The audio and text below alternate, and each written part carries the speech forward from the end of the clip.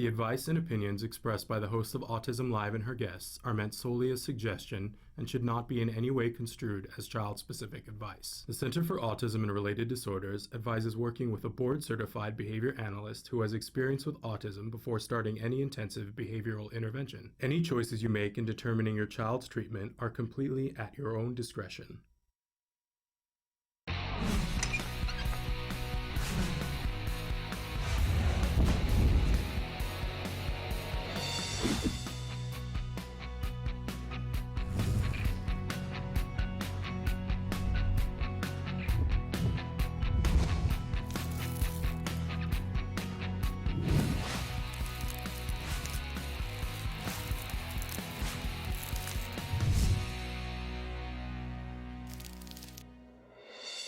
Good morning and welcome to Autism Live. I'm Shannon Penrod, and we're coming to you live from the Warner Center in Woodland Hills, California. This is the home for Autism Live. It is also the home for the Center for Autism and Related Disorders. I'm so thrilled and excited to be here with you on this wonderful Wednesday morning, the last day in May. I'm sure that many of you are starting the wind down to the end of your school year. I know that some of you are already out. Some of you still have maybe 3 weeks left, but it's still a wind down, right? So we're going to be talking about some things this week that have to do with that. But I want to remind you that today is Wednesday, and on Wednesday we have a very specific lineup. We generally start live with Dr. Doreen Granpeesheh, and she's amazing.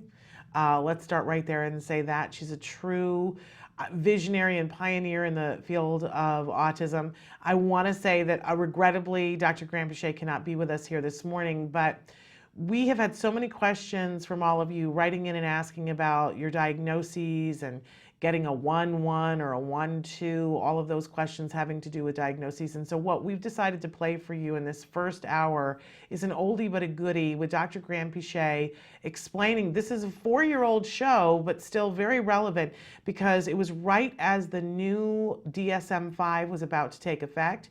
And Dr. Granpeesheh goes through what the DSM-4 was, what the DSM-5 is, and what some of those determinations in a diagnosis mean. Because I know that so many of you right now, although your child was grandfathered in, that they had a diagnosis according to the DSM-4, many of you are being asked right now to go back and get reevaluated to see where you qualify for a diagnosis on the DSM-5.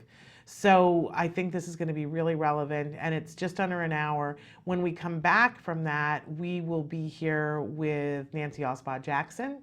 She is the Executive Director of Autism Care and Treatment Today. She'll be joining me for Let's Talk Autism with Shannon and Nancy. We've got a bunch of news stories to cover, which I think you're going to find really interesting. And then we have a wonderful guest, Megan Smith-Harris, is going to be with us. She is one of the filmmakers behind the film The Buddy System. It is a documentary that was shown at AughtFest and got a great deal of buzz. I had an opportunity to meet her on the red carpet at AughtFest, and so we're really excited to have her join the show to talk about what happens when a child makes a connection with a dog and what that can mean to their whole life and why this is so important to our autism families. So we're going to talk about that and much, much more. The whole show, even the recorded parts, are meant to be interactive. Someone asked Samantha to really quickly show you guys some of the different ways that you can interact with us, even during this first hour with Dr. Granpeesheh. She is going to be here next week. So it's an ideal time for you if you have questions about what she's saying about a DSM-5 autism spectrum disorder diagnosis, that you can write in your questions, and we'll put those at the top of the list for next week's show. And I do apologize for those of you who are hoping to get a question answered live today, that we're not able to bring you Dr. Doreen in the live today, but we're going to bring her in the flesh, recorded, to tell you all about the DSM-5, what the differences are between 4 and 5. Yes, this is a show that is 4 years old, and you will hear her refer to the fact that it's about to take effect. We've now had 4 years of living with DSM-5, and so I think it's going to help you to get some perspective, but I do know that so many of you are just now going in and having a practitioner talk about these very real terms with you, and that we all could stand to have a refresher course on this. So watch this and then stay tuned, because at the top of the hour, I will be back live with Nancy Alspaugh-Jackson for Let's Talk Autism with Shannon and Nancy. But first, here's Ask Dr. Dory.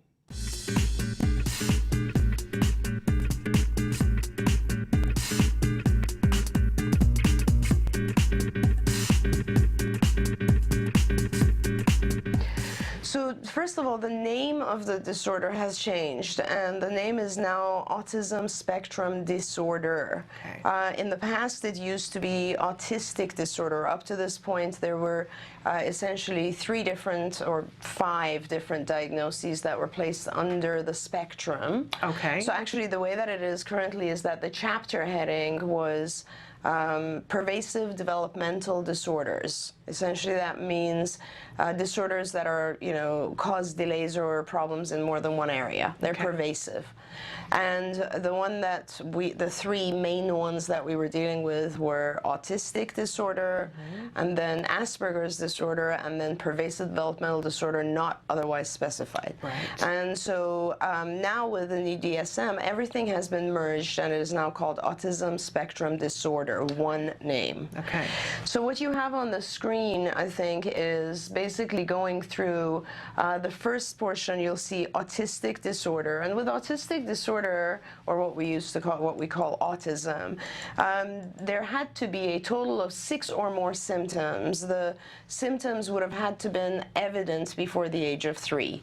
And just very quickly, kind of the symptoms were in the areas of social deficit, communication deficits, and what we call stereotypic repetitive behaviors. And I've given a few examples of what would be considered a social deficit.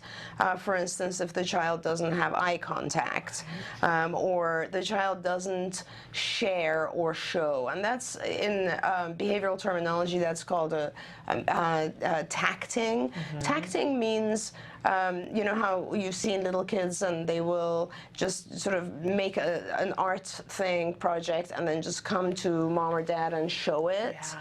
And that is, or like if they're in the car, for instance, and they'll see, a fire engine, and they'll be like, fire engine or truck or whatever, and all they're doing is showing it or sharing minds, essentially. And that's a very important feature or symptom, because it's the very first example, or not really the first, but the very most obvious early example of joint attention. So that means the child who shows you something already has the understanding that your mind and that his mind are separate minds. Yeah. And so you don't know what I'm thinking about, but here it is, I kind of want to show this to you, or there it is, I want you to see that. And that's kind of like join your mind with mine. Look at what I'm looking at. And that is the, I guess, first most obvious sign of joint attention or perspective taking theory of mind. So that's a very important key feature. So if a child is not doing that, that's a red flag. Okay. And then, of course, emotional reciprocity is another key feature of the social deficit. These are children who don't really react if they're hurt, or if they need comfort, or if they see another person hurt, or that sort of thing. Now, in the social deficit area, you do need 2 symptoms. This is the current status. You need to have 2 at least in that area. You could have more, You but could in have order to more. qualify, you have to have at least 2. At least 2, correct. In communication deficits, the areas that we look at are language, obviously, and that's the most common. Most of the kids that I see come in because they have a delay in language. And then pretend play is considered a communication, or up to this point, considered a communication deficit. So the child is not really doing any pretend play. And pretend play has to do with using sort of imaginary objects to perform various things. Like an early sign of that would be picking up a toy telephone, let's say. Right. Yeah. That's symbolic play. So a bit of imagination. Imagination, right, or dressing up, or, all those things are imagination, pretend play. And then, of course, there's, even with kids who have adequate language, or we should say speech, they don't have the ability to converse. Right. Okay, so any of those are examples of communication deficits. We need at least one symptom in that area. Okay. And finally, the last section is stereotypic and repetitive behaviors, which we also refer to as self-stimulatory behaviors, or stereotypy. And these could be a different, million different things. I listed a few, sort of having routines that are difficult to break. Things have to be a certain way. Preoccupation, you've seen a lot of kids like preoccupied with one aspect of something. Intense focus on one thing where you can't really break the child off of that. Or motor behaviors that are repetitive, like hand flapping or body rocking. And these have all been classic, over time, classified under one heading, which is the stereotypic repetitive behaviors. These are behaviors that don't have necessarily a function, or people don't understand why the child is doing this other than some intrinsic reason that we don't know. And so if you have 2 in the social deficit area and 1 in communication, 1 in stereotypic repetitive behaviors, that's just 4. Right. And you need a total of 6. So 2 additional symptoms in one of these 3 areas. And as I said, they all have to have become evident before the age of 3. Right. And if you have 6 symptoms, then you have a diagnosis of autistic disorder. That's the current process. Okay? And so this is part of the reason why 2 children with autism could look so vastly different. Oh my gosh, yes. Because somebody could have 5 from communication and 1 from 2 from social and 1 from repetitive, and they qualify for an autism diagnosis. But somebody else could have 2 from the social. That's right. 8 from the repetitive. That's right. And 1 from language, and they still That's right. have the same diagnosis. Absolutely. And also, each of the symptoms that a child might have might be slightly deficient or extremely. Right. So in other words, a child might have delays in language, but they're not as severe as another child who has very significant delays. And up to this point, you're not really scoring them on a sort of qualitative measure. It's just, do they have a delay or not? Right. So yeah, that is exactly why there are so many different kids, and they all kind of fit under this thing. And it's actually interesting that you say that, because I think the goal for DSM-4 was to help sort of subdivide the kids, and that's why they had the different diagnoses. They had the autistic disorder, which is the one we went through, and then they had Asperger's and PDD-NOS, which we're going to go through now. Okay, great. So Asperger's, and this is all current stuff, DSM-4, required that you would have 2 in the area of social deficits, again, like autism, and that you would have 1 in the sort of stereotypical repetitive behavior area and none in the communication deficit area. And so this would separate, the intention was that this would separate those kids out who have appropriate language skills or communication skills, but they still have some, delays or deficits in social behavior, and oftentimes they would also have some kind of adherence to routines or those types. And that's what we would classify as Asperger's. I never really liked the Asperger's diagnosis ever. It just didn't really fit the kids.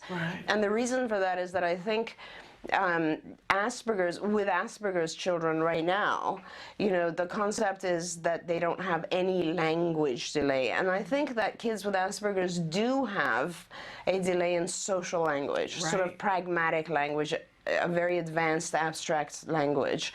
But, so this was how you diagnose Asperger's, essentially, is that you weren't really looking at communication, you were looking more at social behavior.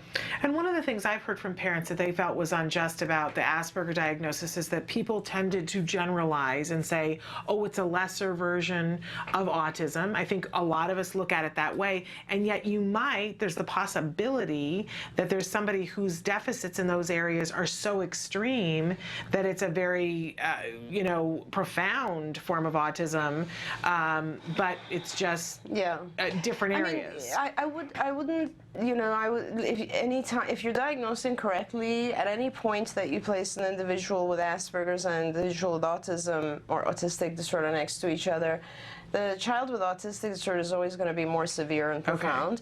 But what happens, which was kind of unfair for the families who have children with Asperger's, was that the deficits in Asperger's don't appear until a little bit later. So for instance, one of the things that we're looking at for 2- and 3-year-old, 4-year-old is mostly communication. Yeah. And because these children, Asperger's kids, tend to be very intelligent, they kind of overcompensate for the social delays. The social delays don't become really all that evident until maybe 5, 6. So often the Asperger's kids are diagnosed later. Yeah. And also, you know, up till now, there hasn't been good funding for Asperger's, whereas, you know, in the California, for instance, regional center system, you don't get any funding from the regional centers if you have a diagnosis of Asperger's, whereas you do if you have a diagnosis of autism. Yeah. So, you know, and so basically it was a difficult situation. My Asperger's kids are the ones that I worry about the most, actually, because of the fact that the assumption is they're higher functioning, they don't get the level of support they should. Okay, good So point. that's one of the reasons I'm happy about the new changes, and you'll see, because it kind of just folds Asperger's into the whole spectrum. Okay. And then we're left with PDD-NOS. PDD-NOS, which stands for Pervasive Developmental Disorder Not Otherwise Specified. You know what parents say it stands for, though? No. They say pediatrician didn't diagnose. Oh, but that's what great. PDD stands for. That's perfect. I didn't know. I'd never heard that. And then there's something for the NOS as well, but I think it's not something we can say on TV. Yeah. I just think it's nonsense. It's like, and we have this in mental disorders. You have it, it's not just with autism, you have it across a few other disorders as well, where it's kind of like the catch-all category. Yep. It's like, okay, this is the child who has not 6 symptoms, but 5. Right. Okay, where do I put him? Right. He definitely has 5 deficits or 4 deficits that have to be dealt with. So we put him in the PDD-NOS category and say, okay, that means he's higher functioning. He's less delayed, or he has fewer symptoms to deal with. Right. And so, and that was, the kids with PDD-NOS, I think, were completely treated unfairly, because everyone kind of expected these kids to just do fine. Right. I mean, I had over the years, many situations where I had to go to court for kids, or really argue the fact that they needed services despite their PDD-NOS diagnosis. Because funding sources frequently go, so you have maybe 5, not the 6, Right. and or maybe 2 of them aren't from the one area that they need to be from social. Exactly. So you could actually have 7, but if they weren't 2 from the social, you don't fit the diagnosis. So there you are with the pediatrician saying to you, oh, your child has deficits, good luck with that, there's no funding. Exactly.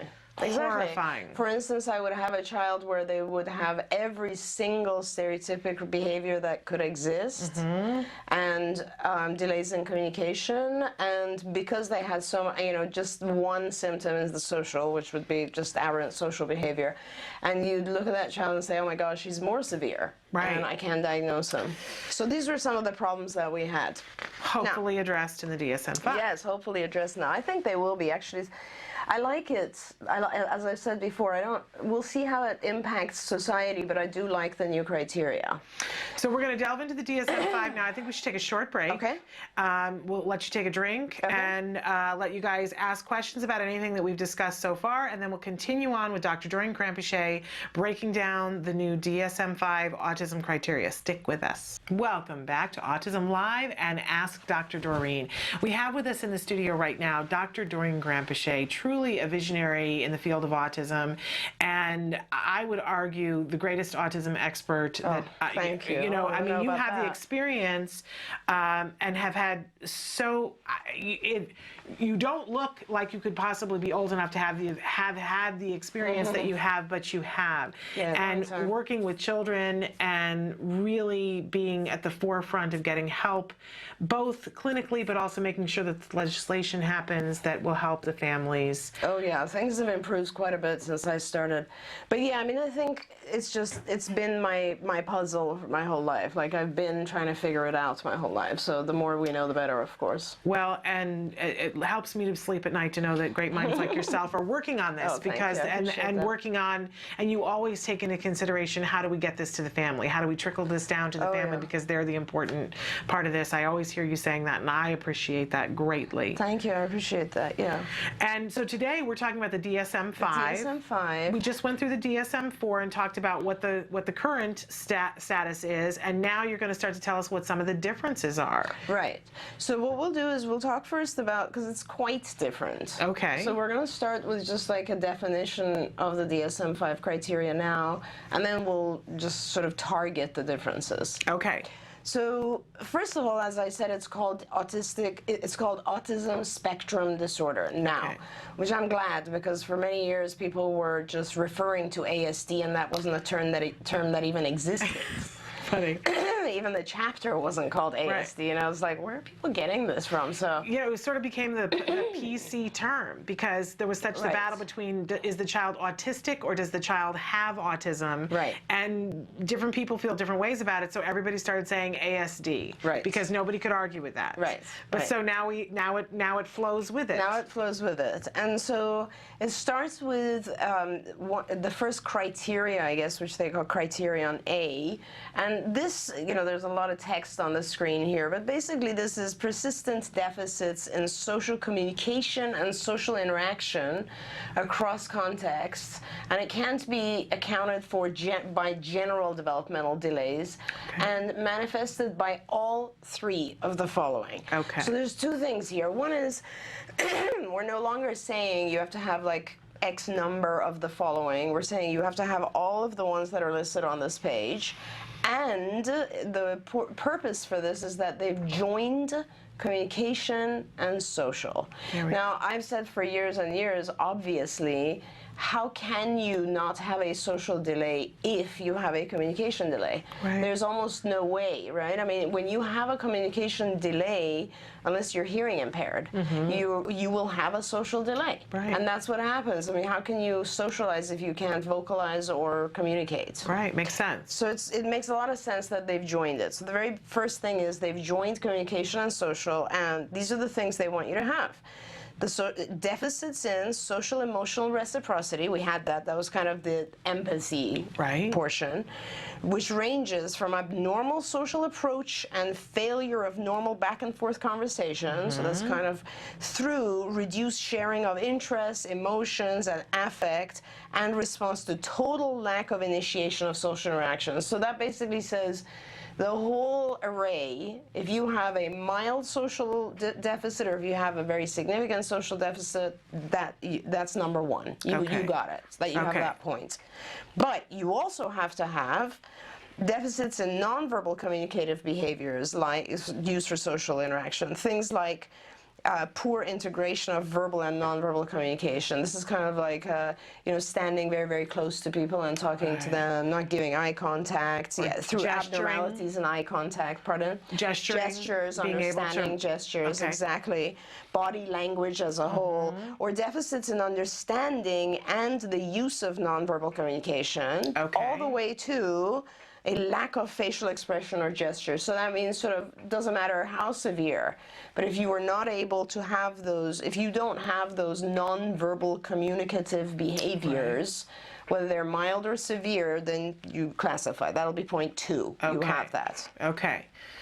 Third area is deficits in developing and maintaining relationships appropriate to developmental level, ranging from all the way from difficulties adjusting behavior to suit the different social contexts, all the way through difficulties in sharing imaginative play, making friends to an apparent absence of interest in people. So this is, again, is a sort of a broad array. So it's kind of like, oh, I have a hard time making friends, or I just have absolute isolation, no contact at all with people. Right. And so for us as people who've been diagnosing, these are not new words. Right. These are all old words. They were part of the diagnosis before, but they weren't merged. Okay. What's happened now is they've merged it, and they've said, so you must have all 3 of these.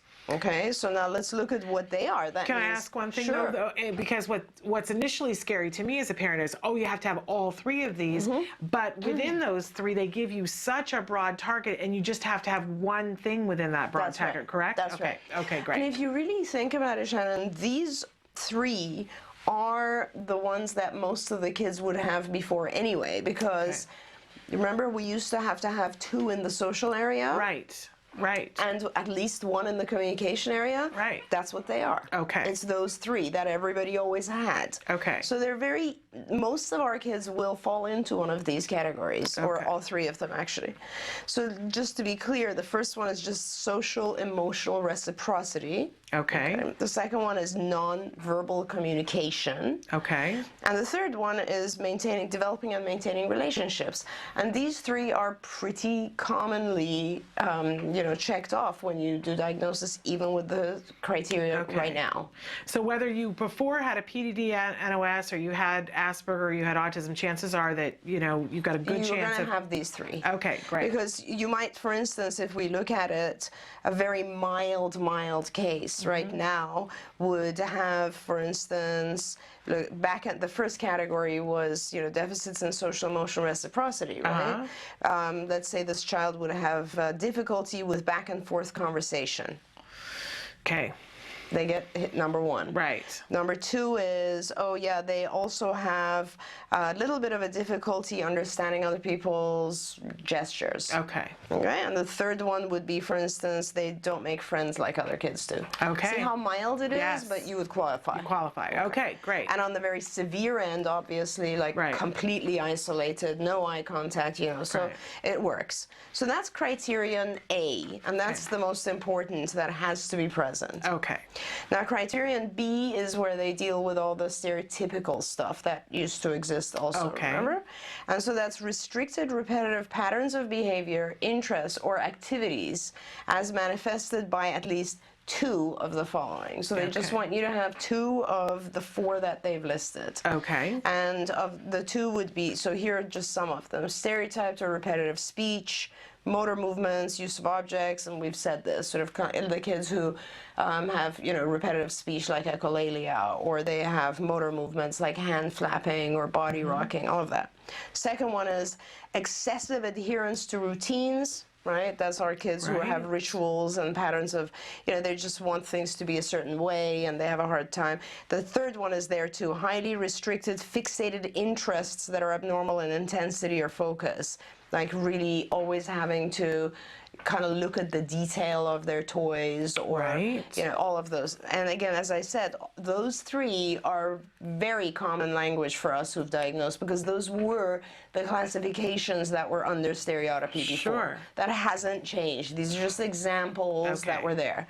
But they're saying you need to have two of these. Right. Now look at the fourth one. The fourth one is awesome. It's brand new. I love it. Thank God they yeah. finally got it. Yeah. It's the very, very first time sensory comes into the diagnosis. We've never had sensory before.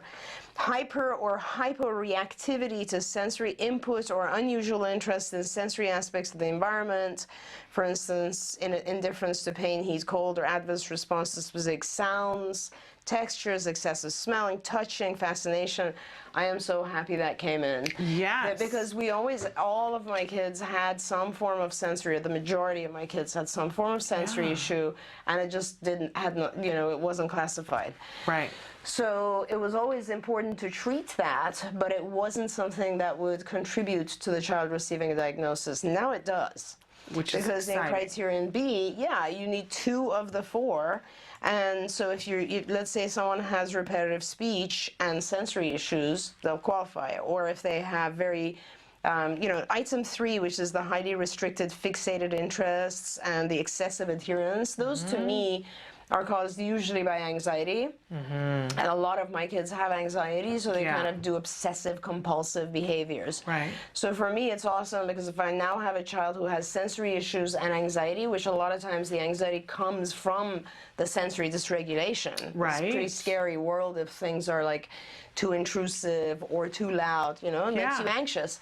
Now I have that. If I have a child who has those two symptoms, that qualifies for criterion B. Okay, great. And that's terrific.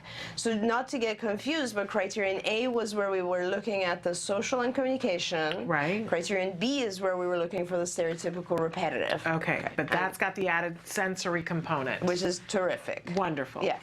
Now we have two more. We have criterion C, Okay. which says that the symptoms must be present in early childhood, So in other words, that was the same as before. Remember, we had said they should be there before the age of 3. Right. Symptoms should be apparent. And criterion D is that the symptoms together limit and impair everyday functioning. That's not even necessary. I think they put that in there because, I don't know, I mean, it's funny because in the previous years, whenever I train interns and I'm trying to teach them how to diagnose, I've always told people, and I think we've even said it on this show, that nothing is considered a diagnosis or a disorder unless it impairs day-to-day functioning. I always give the example of, you know, somebody could go home and drink a bottle of scotch every night, and as long as their family is happy, they're functional, they go to work, they can balance their checkbook, everything's fine, they don't have a disorder. Right. You know, so the disorder only comes in when it has to do with limiting the individual's everyday functioning. Right. And so, you know, in school, when it comes to kids, or within the family structure, and when it comes to adults, it has to do with work. Can I go back to C for a second? Sure. Emily, can you put that back up for a second? Because when we saw last summer and were able to comment, it seemed as though that this, in parentheses, is the new part of this. Is this, or is this, was this in DSM-4 and I just didn't know it was there? What this is, no, it's a clarification. I think what they're trying to say, but may not become fully manifest until social demands exceed limited capacities. The reason for that is that often excuse me, a parent who this is their first child won't really know what's appropriate or not appropriate, and therefore we only start to see a lot of the problems when the child enters, let's say, preschool. Yeah. And so what this is trying to say in the parentheses is that, you know, the child could have had these various symptoms, but because the parent was just not placing demands or was doing their best to try to just walk around the child and take care of the child, the child didn't really show these deficits, or perhaps the child was, you know, homeschooled or in an environment where it just didn't become evident. Okay. So this is something good. In other words, it basically says, okay, well, maybe the first person who saw it was the teacher and the child was now 4, which is very common, but that doesn't mean that the symptoms didn't exist before. Because that sounds great, because I know at least one mom has asked that she has a 7-year-old that when he was getting diagnosed, they said, well, the symptoms weren't there before 3, but has huge social deficits that have become apparent in the last couple of years. Right. So he might qualify just because of that parenthetical. Is that possible? Well, remember we were just talking about Asperger's, and we said that when the children have Asperger's, there's so much, their functioning level is higher, and so a lot of the things about Asperger's, like let's go look at even these. Now let's forget about Asperger's because Asperger's is gone now. Right. But let's talk about, for instance, the social deficits that we just went through, right? Let's say someone doesn't have, has, for instance, difficulty with nonverbal communicative behaviors, or deficits in maintaining relationships. Right. Okay, developing and maintaining relationships. That's a great one. That's number 3 under criterion A. That's something that doesn't even develop normally until after 3. Right. See, when you are 3 or even after 5. So when you're a 3-year-old, you don't have sustained relationships with peers. Every day someone else is your best friend. Right? We all know that. Right. And it has to do with if they brought you candy or gave you their pencil. Right. Okay. Right. That's very normal. So if a child now is really having problems, and let's say they're 5, and their main area is just they can't develop relationships, well, that caveat in the parentheses sort of allows us as diagnosticians to say, okay, well, maybe it wasn't apparent before 3, but it wasn't something that would become apparent. Right. So it is now becoming apparent, and the child's 5. That doesn't mean that the earlier deficits weren't there, because there has to be some core cause. Okay. The good example of that, Shannon, is theory of mind, is the perspective taking stuff that we know so many of our kids have a problem with, yet perspective taking in normal kids doesn't really even develop until 4 or 5. Okay. So how would we say this is a core deficit that must be present before 3? No, an earlier version of it would have had to been present, but it just became apparent after 3. Okay, great. Yeah, that's what that means. Okay. So now we have criterion A, B, C, and D. Okay, and if you remember, all of A, 2 of the symptoms of B, which is the restricted repetitive behaviors, the symptoms have to be there in early childhood, even if you can't see them right away, and they impair the child's everyday functioning. Okay. Great. That's it. Okay. That's the new diagnostic criteria. And I look at the key differences, and that's on the next slide. And so 3 domains now become 2, whereas before it was social and communication and repetitive behaviors. Now it's only social communication and repetitive behaviors. Okay. Second change is that now we don't have categories anymore of autistic disorder, Asperger's, PDD, etc. Now we are just dimensional. It's one dimensional. It's like far end to, very excessive to not so excessive, and we're going to talk about that in a second. Another new change is that we now require 2 of the repetitive restrictive behaviors. Before 1 was enough. Right. But there's the addition of the sensory, which is quite amazing and makes that much more palatable. That's right, and that's an awesome addition. Yes. And the other 2 really good changes that are on the next slides are we have what are called specifiers and modifiers, which I'm going to go through in a sec. Okay. And we have level of severity, which I'm going to go through after that. Okay, so the next... Should we take a break? Would you like to take a break before we do or you want to forge on? Completely up to you. Let's take a short break, and then we're going to come back to do the specifiers and modifiers and severity. So keep your questions coming. Write back more with Dr. Doreen Grampichet after these messages. Welcome back to Autism Live and Ask Dr. Doreen. We have Dr. Doreen Grampichet here with us in the studio, and she is taking apart this DSM-5, the criteria for autism, and it's very exciting to see this all now and see what has changed.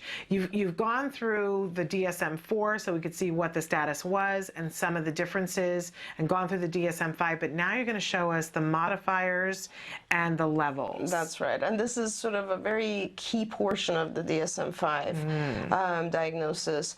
And so just to really quickly summarize with the DSM-5, we went through that there are 2 sections now. One is sort of the social communication, and in that you need to have all the symptoms that are listed, although it'll range from pretty severe to moderate to mild. And the second criteria is the repetitive stereotypical behaviors, and in there you have to have 2 of the symptoms. And then if it's before the age of 3 or early development and it causes problems in functioning or adaptive functioning, then you're good so far for the diagnosis. Now there's 2 other, so at this point you would basically have the diagnosis of autism spectrum disorder. What's more important is this is how they're helping us differentiate the kids who are so different from each other. Okay. Because you realize we're just kind of, that's why I don't think this is a bad thing, Shannon, because I think what they've done is they've kind of taken away those just random names or labels, put them all in one basket and said, okay, you can be extremely mild or extremely severe as long as you have these things. Now we're going to talk about how to give a better picture of each child. Okay. So with the new criteria, if the child meets the diagnosis of ASD, he's going to receive the diagnosis, and this is the first time ever anybody's even asking etiology. What's causing it? If we know that this is symptoms of autism due to, let's say, a genetic disorder like Rett syndrome or Fragile X, you're going to put it in here now. You're going to say ASD with Rett syndrome, ASD with Fragile X. Now, what's really awesome about this, and it's funny because when you look at the diagnostic the manual 5 and how the examples they gave, which is Rett syndrome and Fragile X, right? First of all, Rett syndrome, oh my gosh. Rett syndrome used to be one of the pervasive developmental disorders before, and it is unbelievably rare. I actually don't know the exact prevalence of Rett syndrome, but in my lifetime, and I've been seeing kids for 30 years, more than 30 years, I've maybe diagnosed 3 kids. Wow. With Rett syndrome, and it's a much more progressive and debilitating genetic disorder. So it's kind of now, but it does at some early stage, it can resemble autism symptoms. Okay. And Fragile X, of course, is a pure genetic disorder, and again, at some point early on will resemble the symptoms of autism. And those are the only 2 that they've listed as possible examples, but this is very exciting for me because there's, oh my gosh, so many other genetic disorders that resemble autism, and this is so important, like Angelman syndrome and so on. And I love the fact that we can easily put those children in, because up till now what would happen is if you were diagnosed with a genetic disorder, you were pulled out of autism and all your funding was shut off. Oh, how which horrifying. Is horrible. Right, exactly, because it's garbage. Kids who have, let's say, Angelman's or any of these other milder genetic syndromes will benefit tremendously from behavioral intervention, and it wasn't fair that they would be pulled out because someone has discovered their genetic issues. What a disservice. Yeah. So this is very good, and so you can put that in there now. This is very important. And of course, let me see, do I have it on the other pages? I think I do. Well, and the other very important, if I don't, I mean, I should just mention it here. The very cool thing here is this means you can also basically say that the child has other types of medical illnesses. So this is kind of important that you can start throwing these in, right? If you know that it has to be etiology, so it's kind of like pretty clear that this other thing is leading to these symptoms. Okay. That gives us a new in. Now the modifiers are kind of interesting as well. The modifiers indicate some other important factor. They're not the cause, but it is an important factor for diagnosticians or treatment providers to be aware of, for instance, with seizures, ASD with seizures, ASD with intellectual disabilities. Now this is kind of very, very important, that last one, because historically people had always thought of autism as, okay, so back in, I think it was DSM-3, maybe even, people were saying things like, oh, it's if you have a child with autism, they're also mentally retarded. They have mental retardation, and I fought that for years and years and years. Now what they're saying is, if the child has mental retardation, you can put that in. So in other words, they're agreeing with the fact that the vast majority of our kids don't have it. So that's awesome. So that's another thing. Very awesome. Yeah, these are modifiers. So those are 2 other things. I have to kind of speed up, don't I? Because I'm almost That's done, all right. actually. I'm almost we'll take done. as much time as it takes. Right. So then the other things that go in, again, on the specifiers and modifiers are things like early history. And these are awesome things. Like, you're giving so much more information on the diagnosis now than you ever did. Okay. So, for instance, age of perceived onset. Yeah. Before, you either had autistic disorder or you had what was called childhood disintegrative disorder, which was for kids who regressed. None of us ever used childhood disintegrative disorder. It was just such a silly, contrast. This allows us to actually talk about the pattern of onset within the diagnosis. So, was there a loss of skills? When did it happen? And so you could be actually diagnosing kids as things like ASD with onset before 20 months and loss of words. Wow. Or ASD with onset before 32 months and loss of social skills, That is spectacular. Like, I love defining it this way. Or you could just simply say ASD with no clear onset and no loss. This is a child who just never progressed.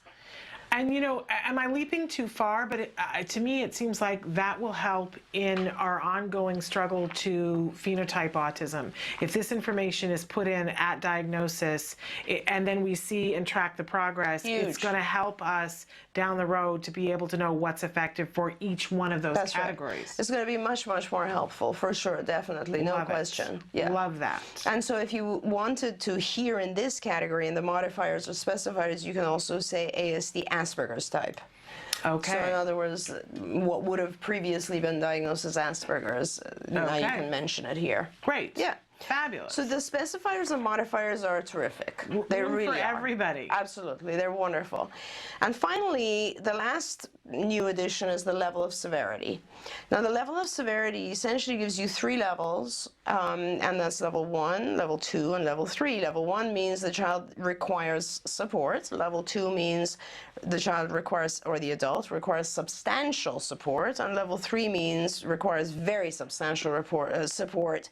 And we've given a few examples within social communication, if someone, and restricted behaviors. So, if you need some support, that means in the area of social communication, without support, there would be some significant deficits in social communication. That's the mildest. But look at level 3, if you require very substantial support, that means really if you look at this individual's social communication, it's pretty much non-existent, very minimal social communication. Or if you look at the restricted behaviors, a mild version might be significant interference in at least one context. In other words, this person is self-stimulating, but only in school. Whereas a level 3 child might have constant self-stimulatory behavior in daily life. So this is where it gives you the ability to differentiate the severity level. So forgive me for asking what's probably a ridiculous question, but is this kind of mimicking, because we use terms like high functioning and profoundly affected? Yes. So instead we're going to say level 1, level 2, and level 3? Right, it is, and it's because of it absolutely. I mean, the high functioning, low functioning type thing will be kind of determined by these. Okay.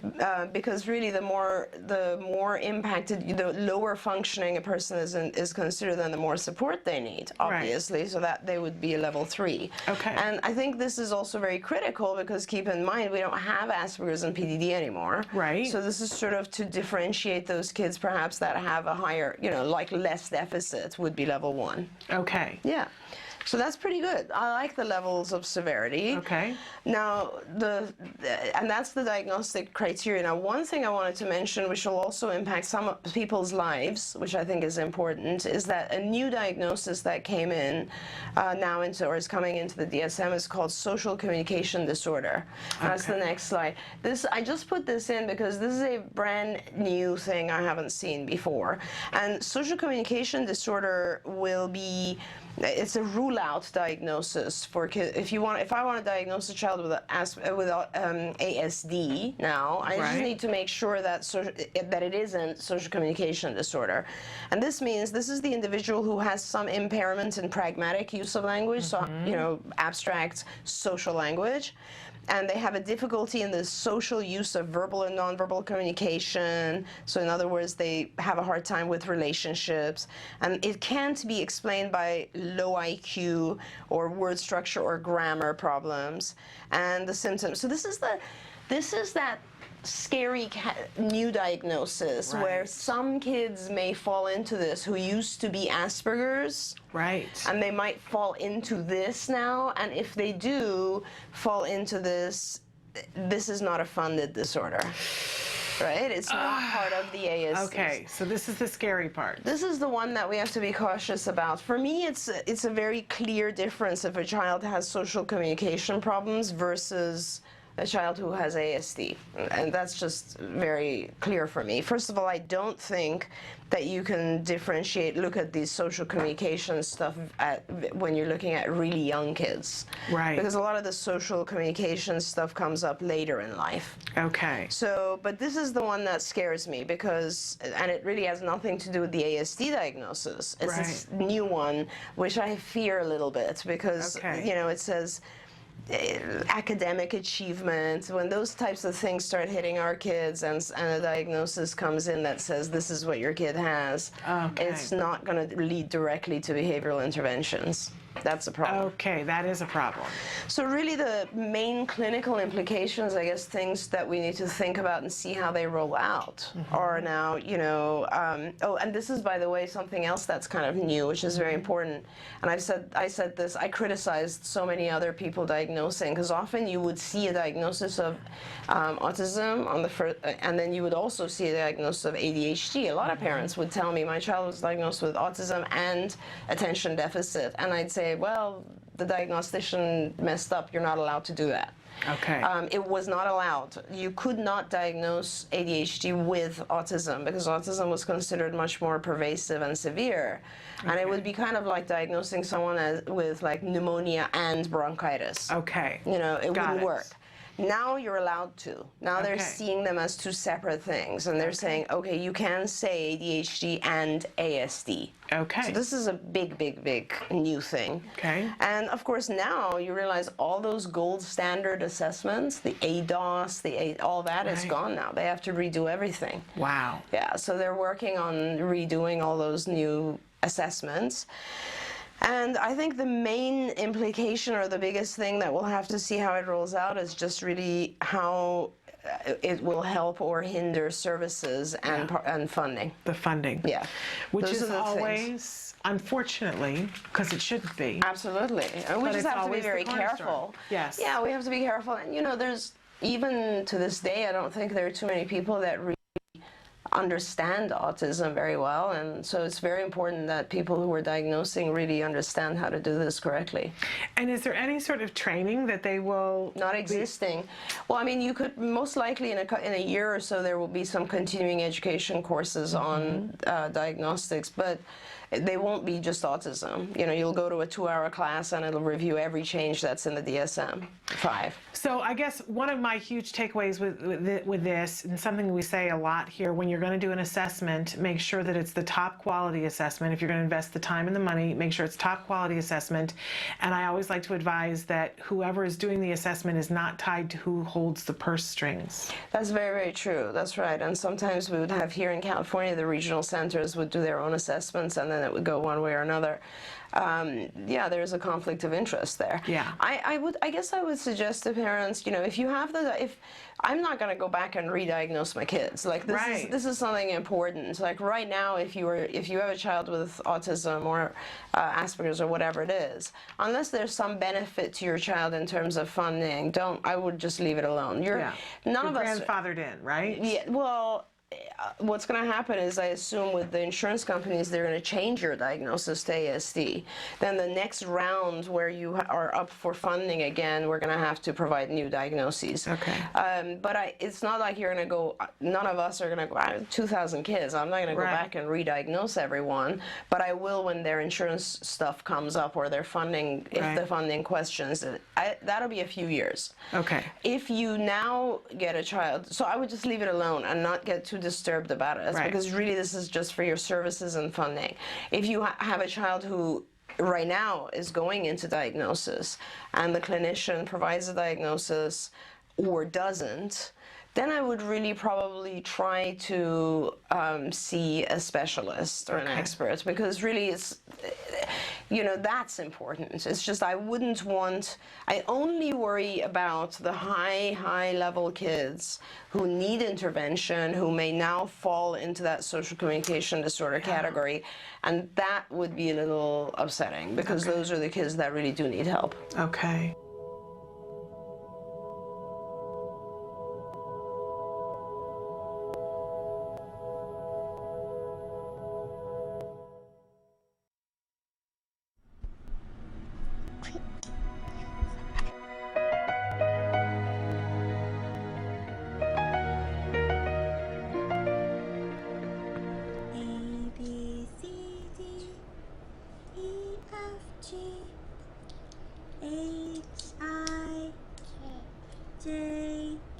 K. Say it louder. L. Mhm. N. O. O. P. Q. R. S. S. No. T. Okay, fine. We'll sing later. Like a sponge right now. Like anything we say, he just wants to repeat everything. even during other programs. He'll just repeat the same instruction. We've been really working on eye contact in a structured setting, giving him the instruction, look at me, and he's required to look at us, but that's been a little difficult because he's confusing the eye contact with verbal imitation, so he'll just say, look at me, instead of actually looking at you.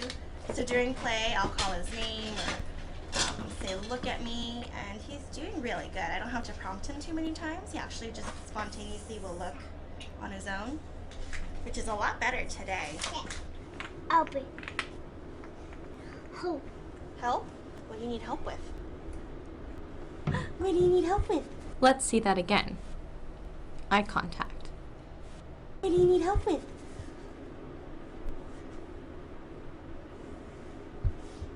Look. Huh? Show me.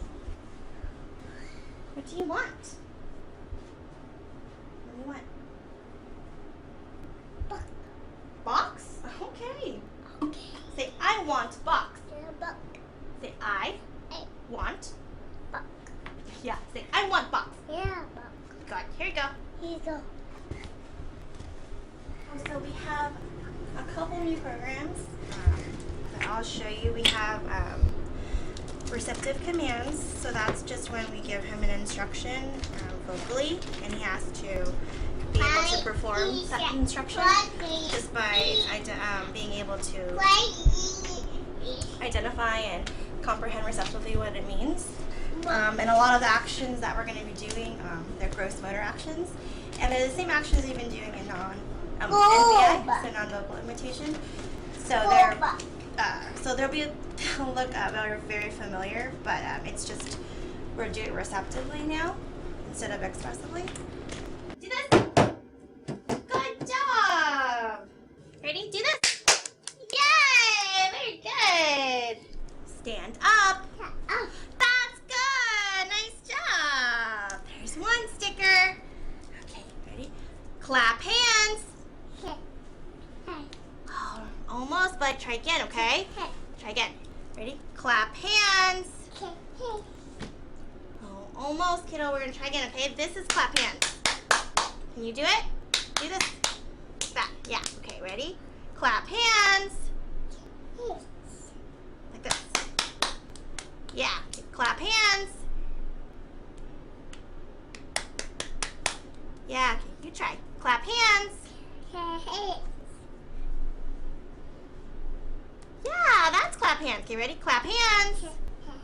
Yeah. There you go. Okay. One more sticker. Stand up. That's right. You got all your stickers. Good job. Okay.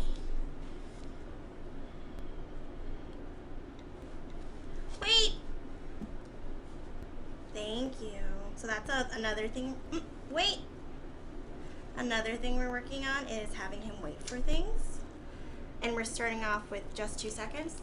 Just things like waiting for tangible items, like things that he really wants, or waiting before we go somewhere, or waiting before we open the door or something.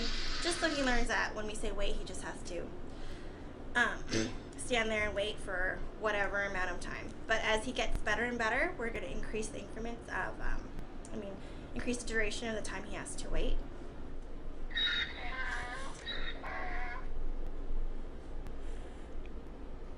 He went swimming yesterday for the first time in a while. How did that go? Went okay. Yeah. He was excited. He loved being in the water, but We last he was summer a little we cautious. went in several times, and then we got diagnosed in the winter or fall, but he hasn't been in since he got diagnosed. Okay. And did you do okay? Yeah. Well, I wasn't here, and she was with him, Oh, that's great. and Papa was with No? him. There too. Yeah. Woo!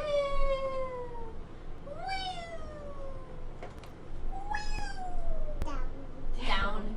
Up. Up. Down. Up. Down. Up. Down. Should we draw? What's this?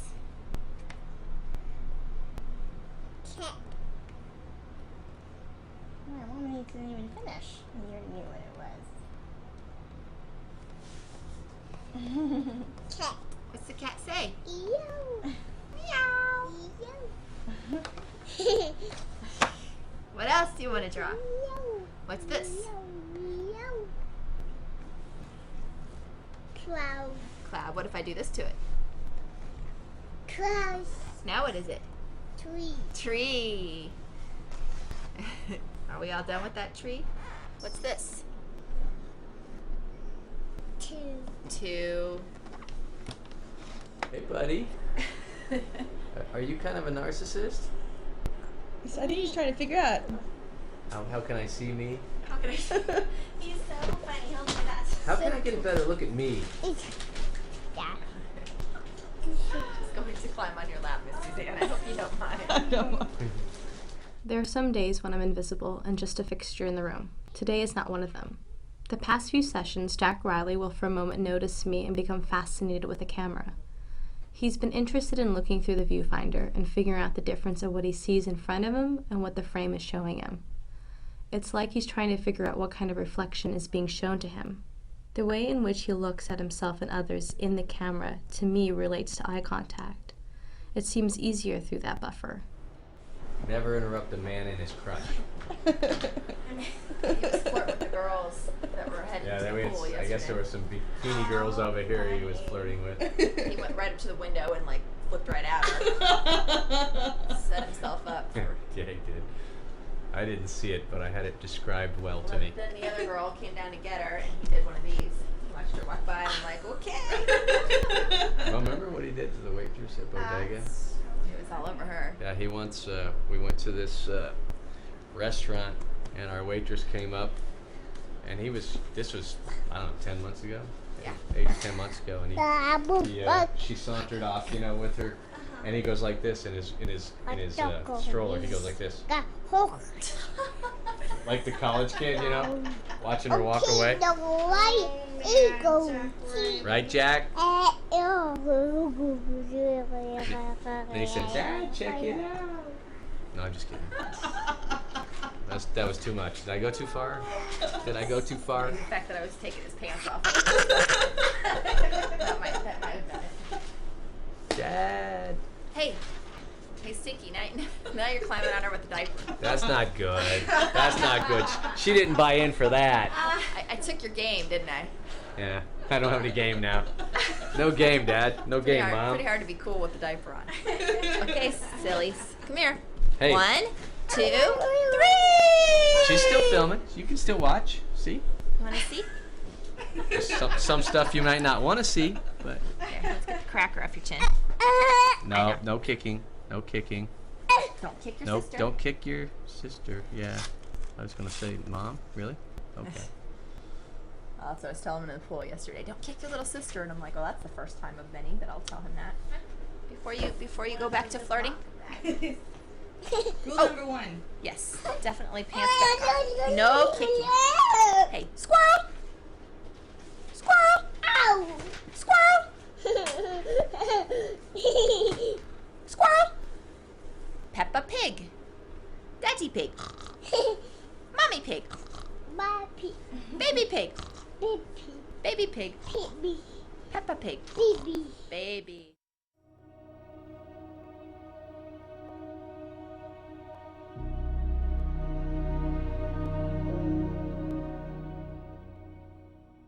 Hello, fellow activists. Last week, we talked about step number 1, accept and embrace this challenge. Now we're moving on to step number 2, educate yourself. After my son Wyatt was diagnosed, I put up a sign over my home office that said Autism Central. I went to school in my home office every night after my husband and Wyatt had gone to bed because I was determined to learn everything there was about autism. That's because knowledge is power. Visit all the autism websites you can, read all the books you can, learn about all the organizations that are out there that offer free guides to help you. Some of them even offer mentors to help guide you. Find out about local support services. Find out about what educational services your child is entitled to. Get to every autism conference and seminar you can. I'll never forget the first autism conference that I went to. The first speaker was a beautiful, brilliant woman named Dr. Doreen Graham-Pichet. She spoke about a therapy called Applied Behavioral Analysis, or ABA. She told about how it could improve the life of children with autism, and in some cases, recover them. Now, despite the fact that Wyatt had been diagnosed for over a year, nobody had told me about this therapy. I remember calling my husband on the cell phone and saying, honey, I met the woman who is going to help improve Wyatt's life. And I'm happy to say that 8 years later, that's true. Are you feeling a little overwhelmed by all the information that's out there? Well, you're not alone. But try different approaches for your child.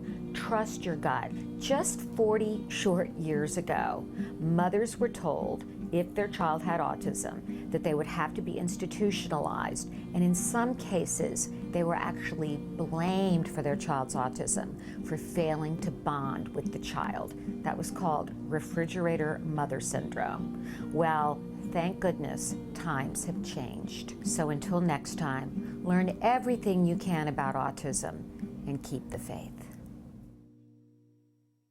Welcome. Welcome to Let's Talk Autism. Shannon, you've been under the weather and you've got a cough going on. So I do. I'm not going to make you talk. I'm going to let you sip some water and compose yourself for a minute. Thank you. Appreciate Anyway, welcome to the show.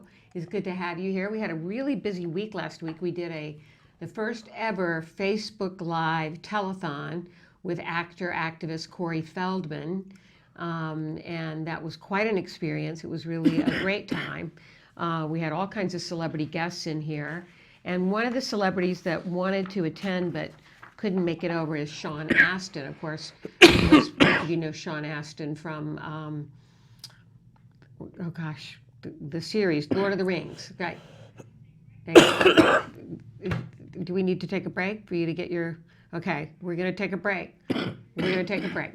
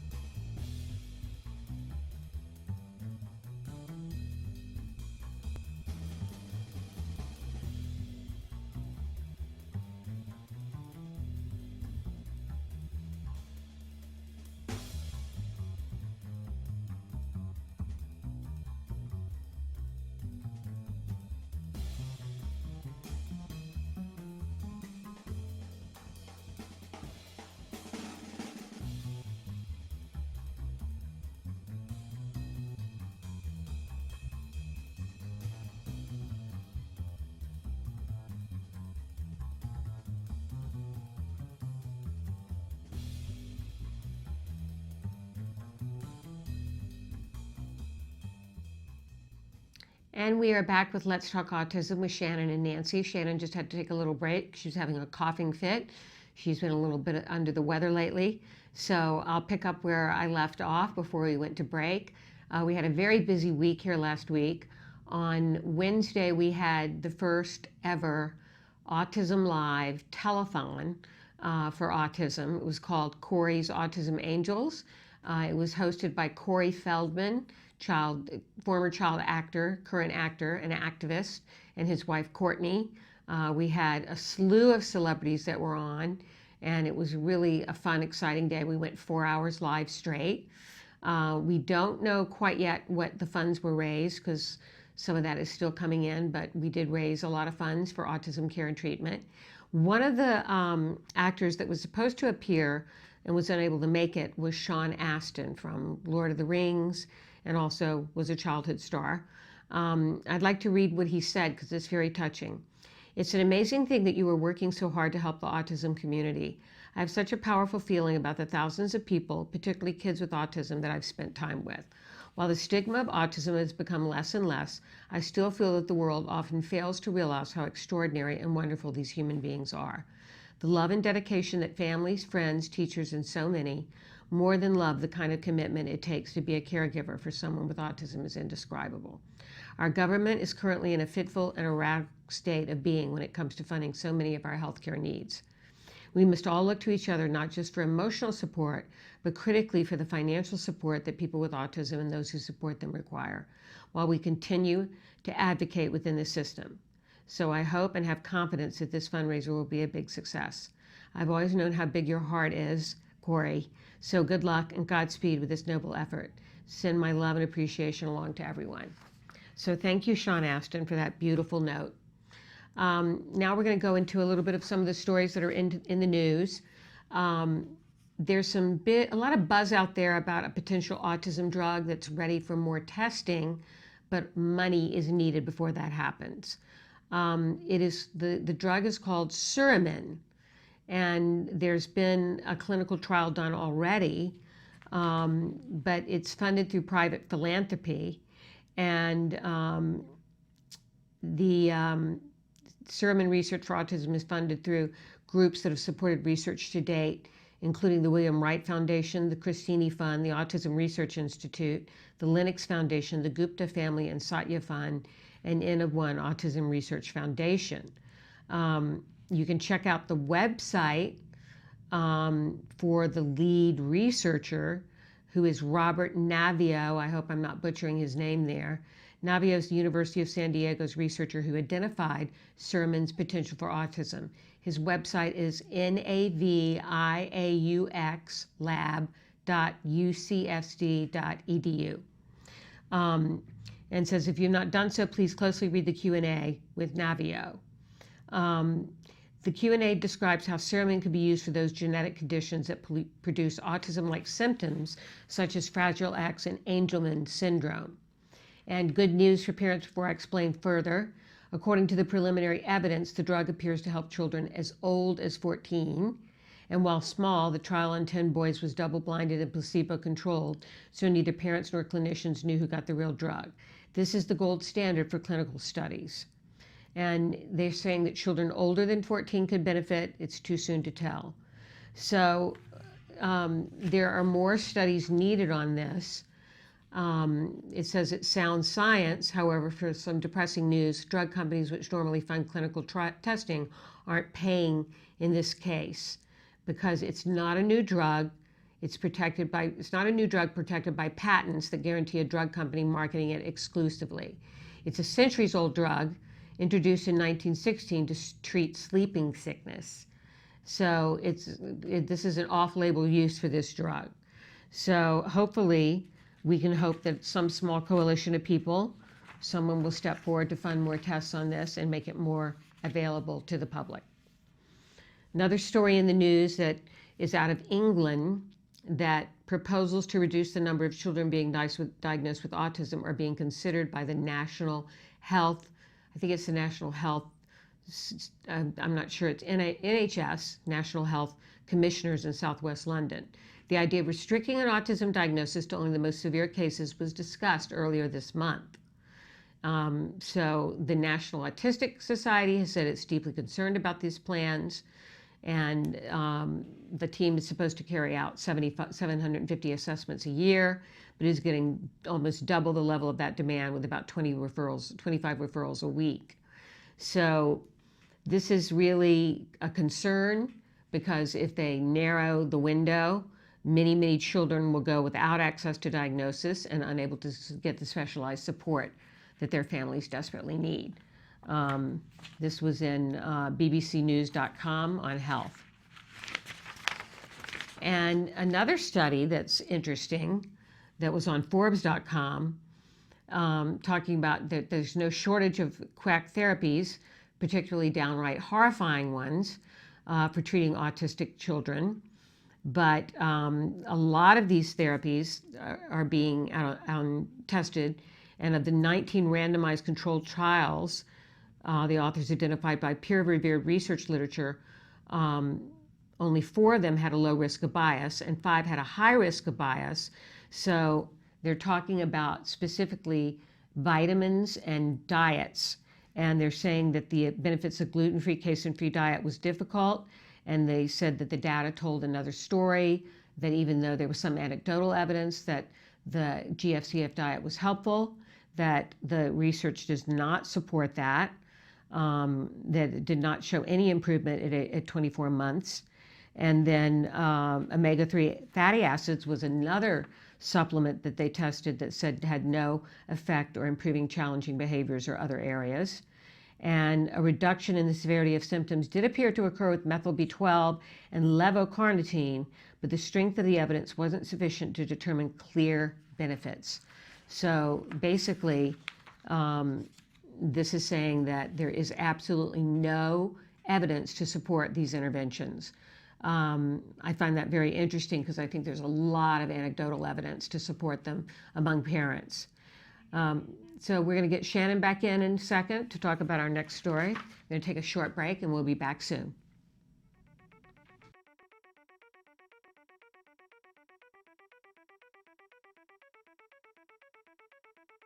Hi, I'm Shannon Penrod, and we're at the ABCs and XYZs of Special Needs Conference.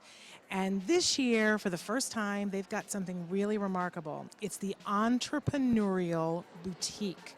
These are all items that have been made and are being sold by individuals who have special needs. So we're going to do a little shopping and talk to some of these fabulous entrepreneurs. Come on. My name is Molly Rarick, and I'm founder of Breed's Gift. We're a nonprofit that serves teens and adults with special needs, like Chase here. We were founded in 2013 and serve people in the Conejo Valley, Santa Barbara, and LA. Our main objective is to give our participants the skills they need to gain a more independent life. My name is Shelley Cox, and Lisa Zalagi and I are founders of Creative Steps and Create Micro Business Enterprises. And the items that we're selling here today are all made by the clients who have passions about what they want to make, and then they get the profits from what they make after we've paid all of the other expenses.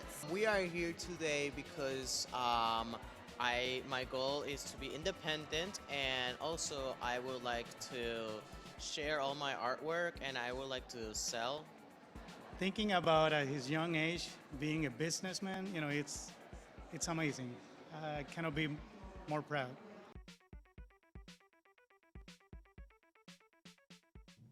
Look who I found after her coughing fit out in the hallway. Goodness, I'm so sorry. That's okay. We both have that thing where it's like, if I have to crawl to work, I will, because I'm a trooper. I can do it. Yeah. And all morning long, no coughing fit. And the minute we start, then, anyway, it's embarrassing. So that study about autistic children not benefiting from special diets and supplements in Forbes, what do you think of that one? I find it interesting that Forbes is a regular reporter on autism, and I appreciate that. I find that I often disagree with what they report on. Right. That often what they say kind of ticks me off because it doesn't present a full picture. And while this study reviewed a lot of different studies about special diets, one of the things that I found particularly interesting about it is that in the review what they did was discount all the things that parents said. Right. That they only looked at graphs and charts, and I understand that. Like, I don't disagree with that, but I think it's important to note how many parents say, as you said, over and over and over again, that anecdotal evidence it's not insignificant, especially when we are the people who spend the most time with our kids. What worries about me is that it may scare some parents away from trying some of these interventions that are I think it not necessarily scare, because it says it doesn't cause any harm. Right. But I think what it does is it says to parents, this is hard, and if it doesn't work, then why bother? Right. Why bother? And the truth of the matter is that it doesn't work for all kids. No. And it works for many kids. I It know. really I'm does. one of the parents that believes that GFCF works for my son. And I'm right there with you. I was saying to a parent the other day who was coming from a place of skepticism, saying, I follow the science, and the science doesn't appear to be there. I disagree with that. I think if you go to the TACA website, tacanow.org, you can find the hundreds of studies that show that it has shown a difference. It's just when you start to look at research and numbers, you know, you can manipulate things and go, it's insignificant. Well, the point is that there's a little point in there that says, oh, it worked for one kid. That Right. one kid belongs to one parent Right. who's hanging on the ability for their child to be able to speak. Yeah. That's not insignificant to me. No, it's not. And when you take a cross section of the autism community and say, well, we're going to try this diet on a cross section of the autism community, and we all know it's a spectrum, well, I wouldn't expect it to work for for all of not them. for I everybody. just would expect, if it's going to work for one, that to me is still significant. And science doesn't like that. Right. It worked for my kid. It's worked for my kid too. So there we have it. Okay. There we have it. So there's In another other story. news that tears my ticket. Yeah. This one is opposition to the American with Disabilities Act, Education Reform Act of 2017. Yes, otherwise known as HR 620, and everybody needs to get this a little bit on your agenda. Yes. There's a petition against it right now that they're asking for you to sign it. It is on change.org. The name of it is Don't Tread on My ADA. Oppose ADA Education and Reform Act of 2017, HR 620. Now, I was like, what's the hubbub about? Right. What is it there? So I went and pulled up the actual summary for the actual bill. And this is one of those cases where I looked at it and I was like, well, why are we so upset about it? But then you got to think about it for a second. Because the summary says this bill requires the Disability Rights section of the Department of Justice to develop a program to educate state and local governments and property owners on strategies for promoting access to public accommodations for persons with a disability. Well, you read that and you go, why would we oppose that? Right. That seems like a good thing. Right. Read on. The program may include training for professionals to provide guidance for remediation for potential violations of the Americans with Disabilities Act of 1990. Okay, wait a second. Training for professionals to provide guidance of remediation, fixing things so that people can, okay, again, what's the hubbub? The bill prohibits civil actions based on the failure to remove an architectural barrier to access into an existing public accommodation unless, so you cannot file a civil suit unless the aggrieved person has provided to the owners or operators a written notice specific enough to identify the barrier, the owners or operators fail to provide the person with a written description outlining improvements that will be made to improve the barrier, or they fail to remove the barrier or make substantial progress after providing such a description. The aggrieved person's notice must specify the address of the property, the specific ADA sections alleged to have been violated, whether a request for assistance in removing an architectural barrier was made, and for whether the barrier was permanent or temporary. Okay. It's a lot Now- of hoops to jump through. So on- now the onus is back on the disabled exactly. person. Right now, the way the law reads is that if you're going to open a public building, here are the rules that you have to abide by, Right. and you can't get a permit to do it unless you are ADA compliant. Right. You just can't.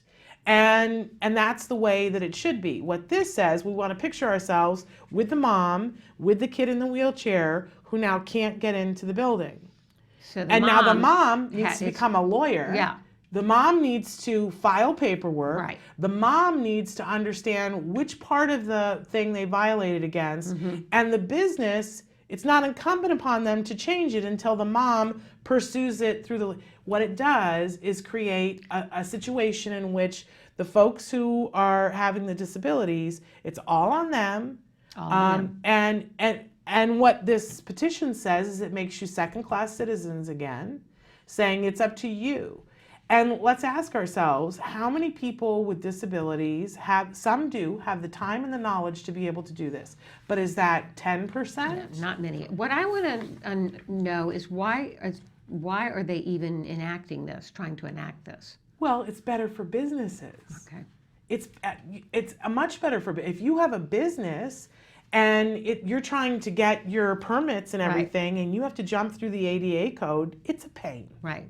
Who wants to do Right. that? So they're going to make this. Who willingly will do that? Some Yeah. people. Yeah. But the reason why the laws are there is because people didn't do it on their own. They weren't informed about it on their own. So this is pro-business, saying, you know, unless it's really bothering, what if you're putting in a library, and what if nobody in a wheelchair wanted to come? Right. We shouldn't necessarily have to make it accessible to everyone. Let's just make it how we want to make it. And then if somebody has a problem with it, then they can hire a lawyer and they can pursue it. And then they can, now, and it tells you right in the petition that, again, is on change.org. It's under the name Dara Baldwin. And she tells you in it that all the different things that it does and that it could happen, but what the history of ADA is and how it was a bipartisan and everybody agreed that we have to be fair and equal. And she says that there are already things in place that prevent you from filing a lawsuit just to get damages from a business, because businesses are saying, oh, and they're gonna file against me, these people, you know, and then they're gonna file for damages. You can't. So this isn't necessary. No. And they're saying we need more time, and we need to know how it infringes upon them. And Dara's point is, really, ADA has been around for 25 years. You need more time to figure it out. Almost 27 years. And she's saying, why should a person have to wait more time for enforcement of their civil rights? Should an individual who is not allowed to enter a restaurant because of their race, gender, or religion have to wait before seeking to enforce their civil rights?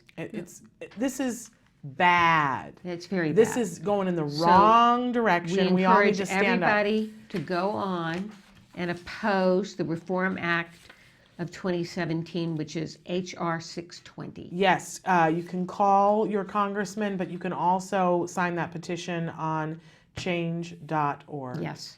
Makes me mad. I know. There's a lot going on in the world right now that I'm not particularly just ways fond to of. cut corners and basically cheat people out of their rights. And I hate that it all sounds so reasonable. This is the thing. Well, we're not, you know, I mean, we're not saying that they can't have access, but we're just saying if they can't get into the building, then they need to articulate that. Right. And we make that sound really, really and who's reasonable. really going to take the time to do that, as you said? Well, and who can? Right. Who can, like, so I just write it on the back of a Post-it and deliver it to who? Yeah. No, not a good thing. Not a good thing at all. Okay, so we have got a great guest with us today. We have the filmmaker from the movie The Buddy System, which is about assistance dogs. Yes. And it's been getting a lot of good buzz out there. Yes, we we were at the Aut Fest and had an opportunity to talk with them. Right. It showed there. I did not get an opportunity to see it there, Okay. but I've seen a lot about it. Seen and a lot the trailer, of clips from it and heard a lot about heard it. a lot of the buzz Yeah. about it. A really important film, and I think we both agree that animals are an amazing. They really are. Amazing thing for our kids. They're a great social lubricant, shall we say. I love that. So we're going to take a break and we'll be back with more.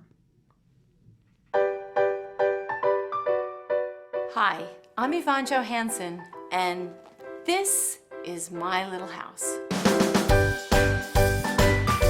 My Little House is an interactive, multi-sensory educational felt toy that I invented to help develop children's language skills. I love My Little House. I've been working as a speech therapist for over 20 years. I have spent my entire career working with young children. I work with children with language delays, and I have many children with significant cognitive disabilities and children on the autism spectrum. It has been a constant challenge finding toys that are fun, educational, and actually engage my students. In every preschool, since I've been a young therapist, we carry on these felt boards. Kids love them because they're soft and they're fluffy, and there's usually these little pieces that attach to these boards because felt sticks onto felt. You bring them into the activity because they're putting a piece on the board. So it's almost kind of like magic. So then I just thought, wouldn't it be great if I could just take this one-dimensional board and make it into an actual three-dimensional toy? How cool would that be? That's the idea behind My Little House. You can spread it out flat like a 4-panel felt board, or here's the cool part. In the blink of an eye, My Little House easily converts into a 3-dimensional reversible house. This is the outside. This is the inside. My Little House comes with 36 felt cutout pieces that match outlines in 8 colorful rooms. And they're felt, so they stick. Each piece inside My Little House has been placed with purpose. For instance, in the kitchen, whole half, under on top, inside, big, bigger, and biggest, empty and full, circle, triangle, inside, outside. Really cool thing, I have a nonprofit, Lecotech. They are the folks that put out the Differently Abled Guide for Toys R Us. They've been doing it for 25 years. They gave me their seal of approval as a toy that they feel is a toy with purpose, and that will make a difference. But My Little House isn't just for kids on the spectrum or with significant disorders. It's also for typically developing 2 to 5-year-olds. It's a fun toy. This is so soft. That piece goes. Recently, I took My Little House to the American Speech and Hearing Association convention in Philadelphia, and the response from my peers was overwhelming. Hundreds of therapists, teachers, and heads of school districts wanted to order them. It was real validation for me that this truly is a toy that needs to get out there. Hi, I'm Shannon Penrod. I'm a proud autism mom, I'm a former educator, and I am the host of Autism Live. And as all 3 of those things, I want to recommend to you My Little House. This is one of the smartest toys I have ever seen for teaching language to kids who have emerging language. Whether they're on the autism spectrum or completely neurotypical, it's a great, fun, reinforcing toy, but it's especially great for our kids that are on the autism spectrum because it makes learning fun and it makes it tactile. They have these felt shapes and they get to match them up. And I'm telling you, even the adults love to play with this. We loved this toy so much that we wanted to be able to bring it to you at a great discount. So right now, if you will go to www.smartfelttoys, and when you get to the coupon code, put in a-live.com, you'll get $5 off. Isn't that great? So I want to encourage you, go and get My Little House for all the kiddos in your life.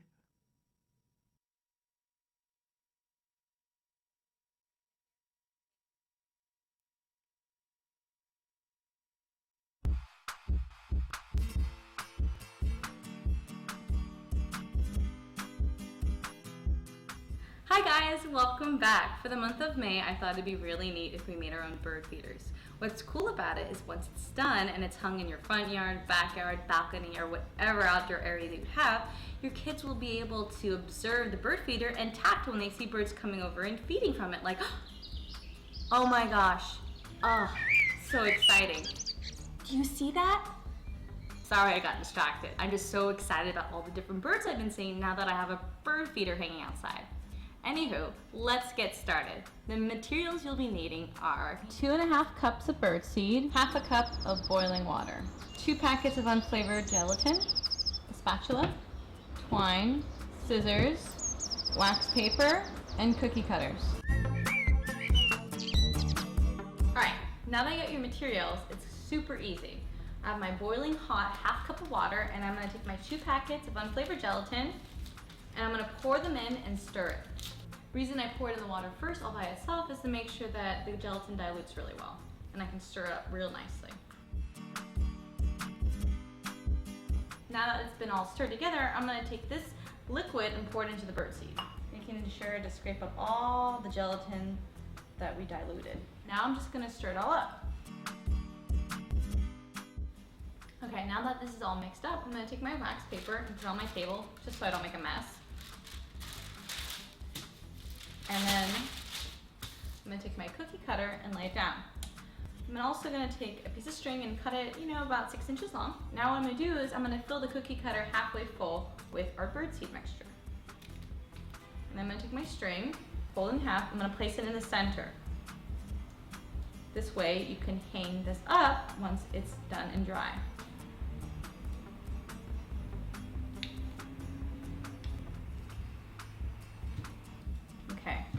Now that it's full, I'm just gonna pack it in.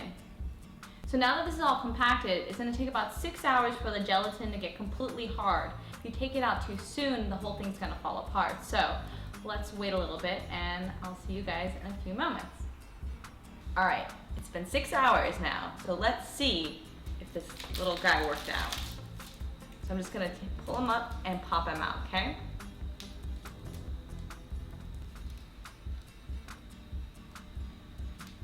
And here's my finished bird feeder. All you have to do now is hang it outside and wait for all the great things you're gonna see. Like, oh, I see another bird. This is so exciting. Well, I hope you guys enjoyed the activity and keep me up to date with all the different birds that you and your child see outside your property. Until next time, craft on. Bye, guys. Can you see me? Can you see me flying by your side? And we are back with Let's Talk Autism with Shannon and Nancy, and we are now joined by our guest, Megan Smith Harris. Now, Megan's career encompasses documentary television, film, theater, radio in Canada and the United States. She's the president and co-owner of Pyewacket Productions, an independent production company which has a commitment to provide high-quality, socially relevant programs. And she is partners with her husband, Bill Harris, and she's here to talk about their wonderful new film, The Buddy System. Welcome to the show, Megan. Thank you so much for having me. I'm thrilled to be talking to your audience. Yeah, it's great to have you here.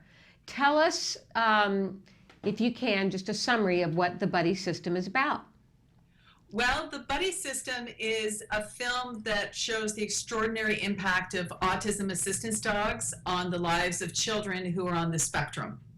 Okay. And the effect that it has on not only the children, but the families themselves. And this is a film that was just featured at AutFest. We had an opportunity to meet you there on the red carpet.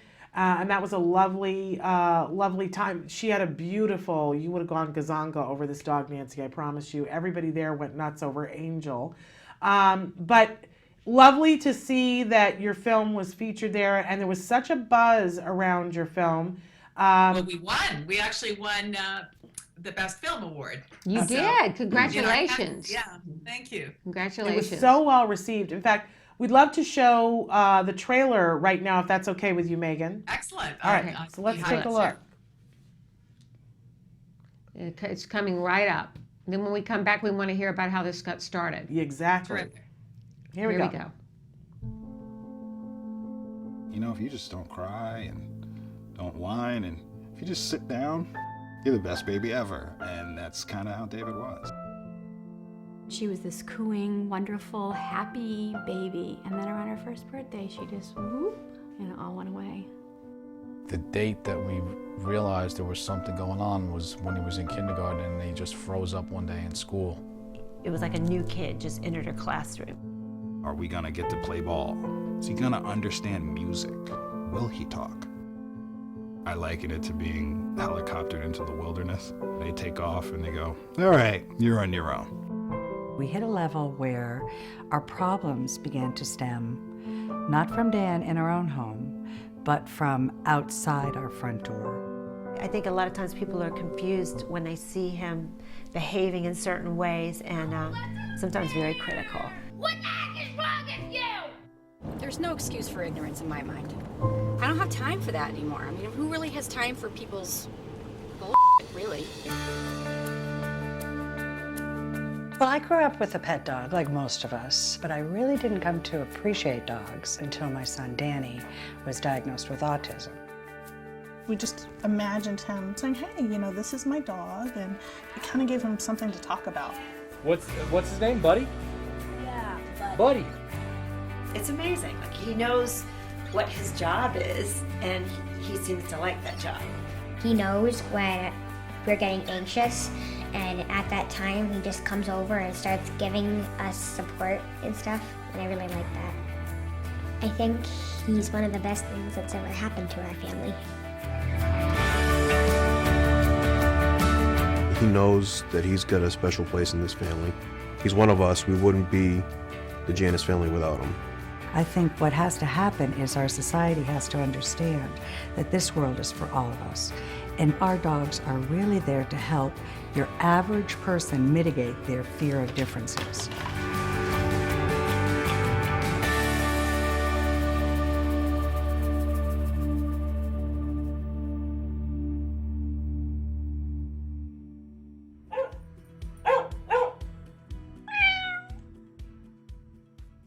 First of all, how adorable are all those dogs? Oh, you just want to have one. I know. Oh, And it just hurts you. Clearly, Megan, this is a film that explores the relationship between assistance dogs and kids on the autism spectrum, correct?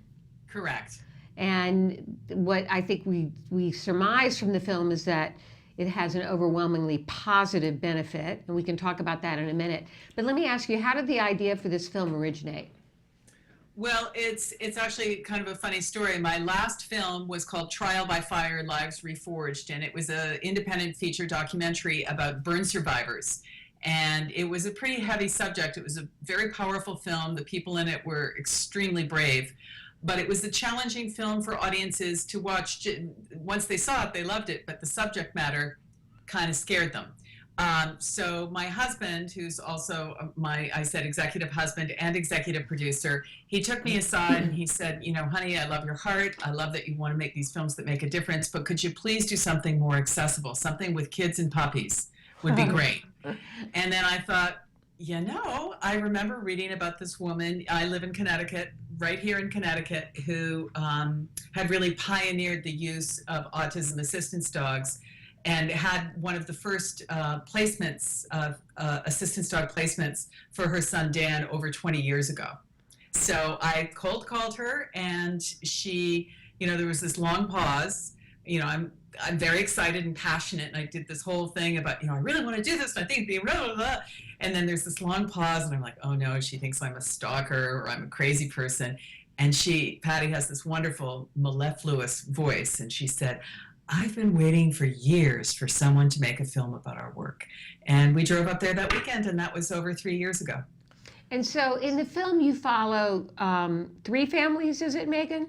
Well, we follow 3 families, but we also follow Patty's journey as well, because it was her own son, Dan, who is a wonderful filmmaker himself and very high functioning on the autism spectrum, but he had a lot of challenges, and she, you know, really was inspired to start the North Star Foundation by her own son.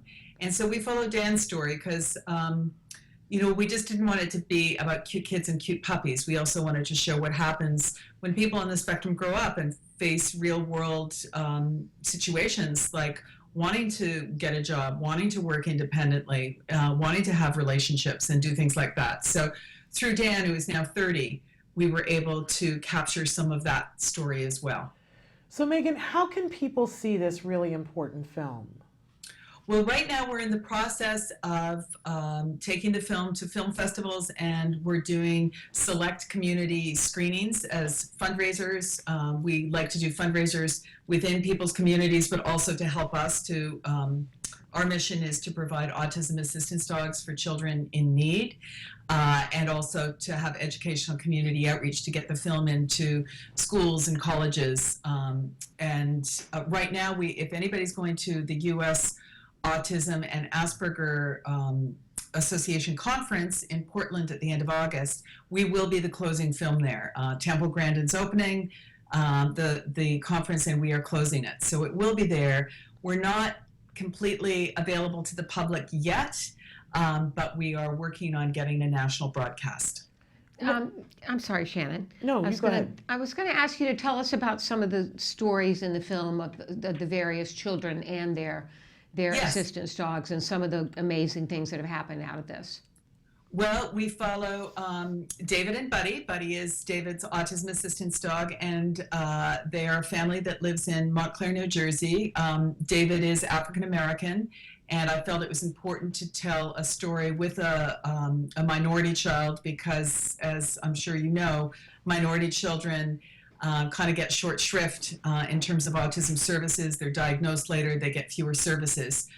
So I thought that was important. Also, the dog, on another level, can help keep David safe because when he is a young man, a teenager, with all the recent shootings that have been going on, having a black teenager who perhaps doesn't understand if he's it gets in the wrong situation or the wrong place, and someone says, hey, you stop, and he might run away and get shot. That's a reality.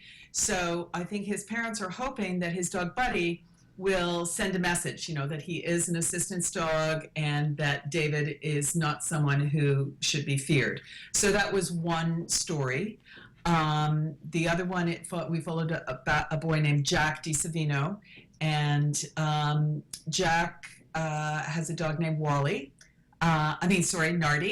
and we were there the day that Nardi came home for his welcome home party, and we followed Jack over a couple of years, and he actually was able to really utilize Nardi as a therapeutic tool and is actually now off all medication.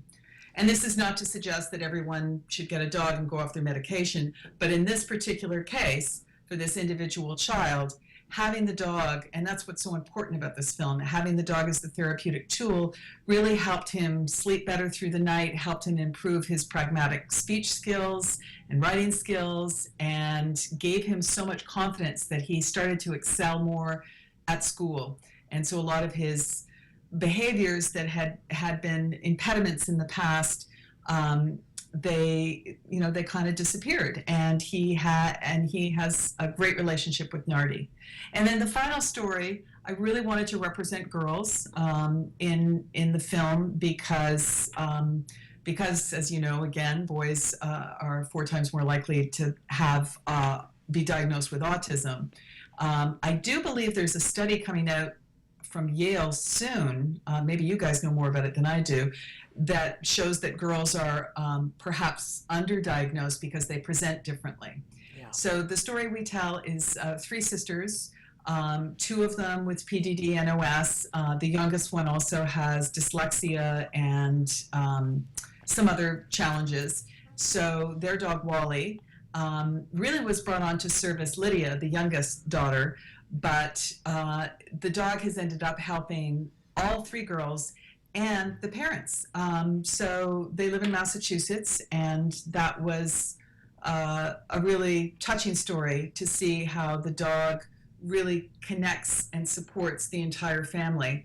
And as an interesting aside, this isn't in the film, but the dad, Matt Janis, discovered through learning about his own children's challenges that he had an anxiety disorder. He got diagnosed by the girl's pediatrician. And so it's really turned out that this was a therapeutic tool for the whole family. So what are some of the things the dogs can allow a child to do that they might not be able to do on their own? Well, they can, help find a lost child. I think Patty's dogs have done that 7 times. She's had 265 placements. 53% of kids on the spectrum elope at some point or have problems, wandering away from home, often towards water. It can be a dangerous situation. And these dogs have helped find their children, their boy or girl, and either stayed with them and barked until someone came or helped lead them back to safety. So there's a real safety component there. They also help them to read if they're struggling with their reading skills. Often a child will be more content to read to a dog because dogs are non-judgmental and very comforting. They can also help with sleep disturbances. A lot of children on the spectrum can't sleep through the night, or they have night terrors. And often, Patty has seen this happen again and again. The minute they get the dog, the child will sleep through the night because the dog is with them. OCD behaviors, they can help prevent that. They can calm a meltdown or prevent a meltdown. And also they can let other people know.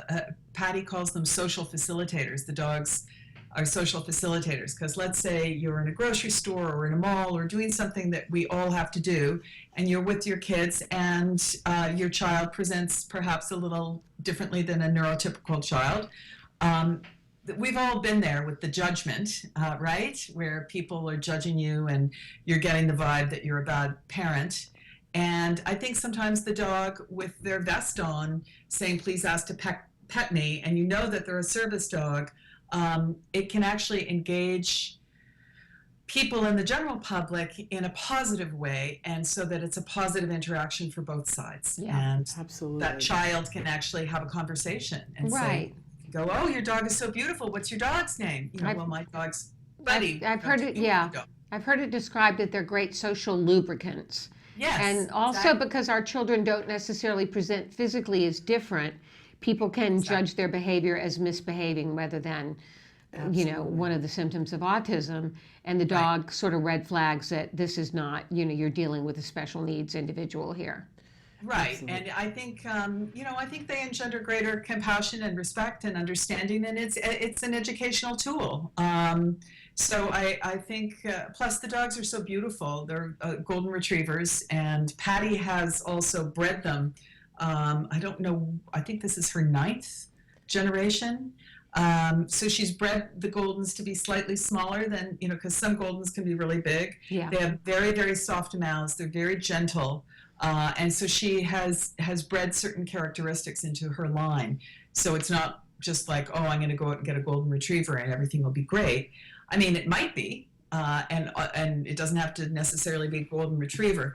But these dogs are very special dogs, and there is a whole training process. And what's unique about Patty, I don't know if I have time to tell you. Do I have time? Sure, you do have time, yes. So Patty has pioneered this unique training system. Normally with other assistance dogs, you know, let's say for, you know, sight impaired, hearing impaired, PTSD, wheelchair bound people, the dogs are trained to do specific skills and socialized in a particular way for whatever that challenge is that the individual faces. But you're not paired with your dog until they're about 2 years old. And because this is you know, and they're there to service you and to do these certain tasks. But Patty felt it should be done a different way. When she first got their first dog, Madison, who they called a social dog, Madison was like a wheelchair dog reject. He didn't make it in the program. So they were placing them with families as kind of testing it. And they had told Patty not to let anybody else pat the dog other than Dan. And she thought, well, that's ridiculous. You know, he's part of the family. And the dog bonds with the child from an early age. So she now, they got Madison at 2, but now she places the dogs as soon as possible and as soon as the family is ready. And what she does is she gets a volunteer puppy raiser within 30 minutes of where you live. And that way the puppy raiser can do the heavy lifting for you. You know, you have enough on your hands when you have a child with special needs. So they can housebreak the dog, they can teach the dog basic commands, and then they bring the dog over for playtime. Because a lot of kids don't get play dates, they don't get overnights. They can even create a book about the child and the dog. And so it's always a positive interaction. And there's no set time when the dog moves in with the family. Patty always says when the child pleads and says, please let the dog stay, that's when she knows it's time to transition. So that could be 6 months, it could be 9 months, it could be 12 months. But the child always feeds the dog. That's very important.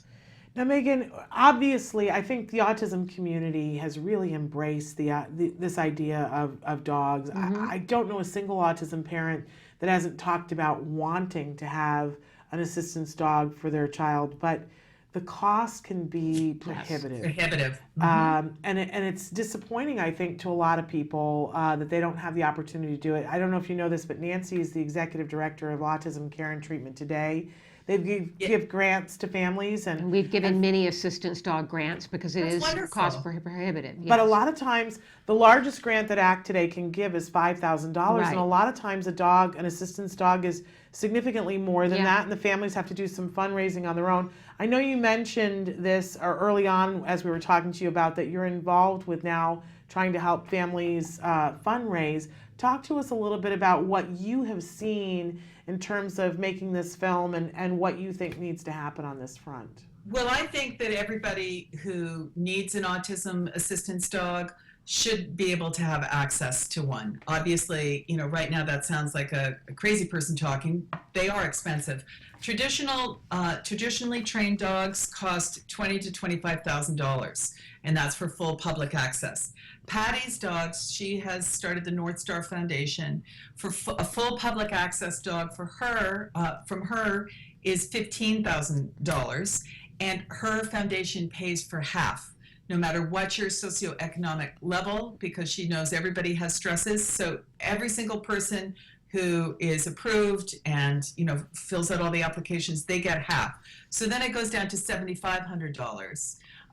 And then they help with fundraising tools in the community, and they help people find a way. And what our goal is, and we've just started doing this because we've just finished the film, is as we do screenings and community events, to raise money to put into a pot. We haven't been able to place a dog yet, but we are hoping to be able to contribute to that, and hope to sponsor a child and perhaps tell that story online about that placement. And hopefully, if this catches on, we could help place quite a few. That's the goal anyway. That's the dream. Shannon and I are both autism moms, and I had considered at one point an assistance dog for my child, but I thought, well, he's a little bit higher functioning and he possibly doesn't need this. This is really more for nonverbal kids. That's not always the case, right? Even high functioning kids with autism can benefit. No. In fact, it's not one of Patty's dogs, but there is, I can't remember the boy's name, the young man who is a Rhodes Scholar. Yes. Who will be going with his autism assistance dog. So I think, all of us have anxiety and, sometimes struggle with things. And I think higher functioning kids have their own sets of struggles. And these dogs are really calming, and they really have a bond. And there is something, some of the dogs are also trained in a puppy raised in a school in Pennsylvania. That's where Buddy was also trained. And the children in the grade 1 class say they smell when you're happy, they smell when you're sad. And these dogs can help kids excel. So whereas they may have, anxiety or depression or OCD behaviors, the dogs can really, really help them succeed. And it seems crazy that it's such a simple thing, but there's a special bond and relationship. Of course, you have to like animals. That's the prerequisite. Right. But I think they're good for really anybody. I would love one myself. Right? Yeah, absolutely. Well, I think I'm with you. I think we're both with you, Megan, that every child who needs and wants one should be able to have access regardless of what their means are, how much money is in their parents' bank account. Exactly. But one of the things we want to encourage people to do is to see the film, to go to your website, which can give us your website so they can know how to follow, where it's going to be, when it's going to be. And just so you know, we're a 501c3 nonprofit production. So any money that is donated to the Buddy system I do not get checks. They do not come to me. They go to our fiscal sponsor. Everything flows through them, and we have a very specific budget there. So everything goes through them. So the website is buddysystemfilm.org. You can watch the trailer. Please share it on your social media, everybody, and pass it on. If you can send it on to 5 other autism moms or dads, and just really, it's been seen over 100,000 times, which is pretty remarkable for a grassroots effort. And you like us on Facebook, and you can find out how the film is progressing, and we'll be putting special content up there, and all that good stuff. All right, great. Well, it's a wonderful film, and it's a real feel-good movie, so we encourage you to watch it, and obviously very important for so many of our kids to have this benefit. So thank you for sharing with us, Megan, and best of luck at all the film festivals you'll be going to with film. And we'll make sure to let you know when it's going to be broadcast. Okay, Wonderful. Sounds great. Thank you so much for being with us. Thank you, ladies, so much. Thank really you. appreciate it. Bye-bye. Okay. Bye. Really an amazing woman. I Yeah. had an opportunity to meet her at Autfest, and she's a powerful, powerful lady with a powerful, powerful femme, which is great. We're right here at the end of the show, and so I wanted to give a little tease about what we're having Okay. tomorrow, because we're already starting into summer. Summer is unbelievable. upon us. How did it happen? And I don't know, but some of the things that we're doing tomorrow, of course, we have Bonnie Yates is going to be on the show with us to talk about legal matters. Right. We've got some great questions for her about what happens when your child misbehaves in a classroom and what your rights are and their rights are.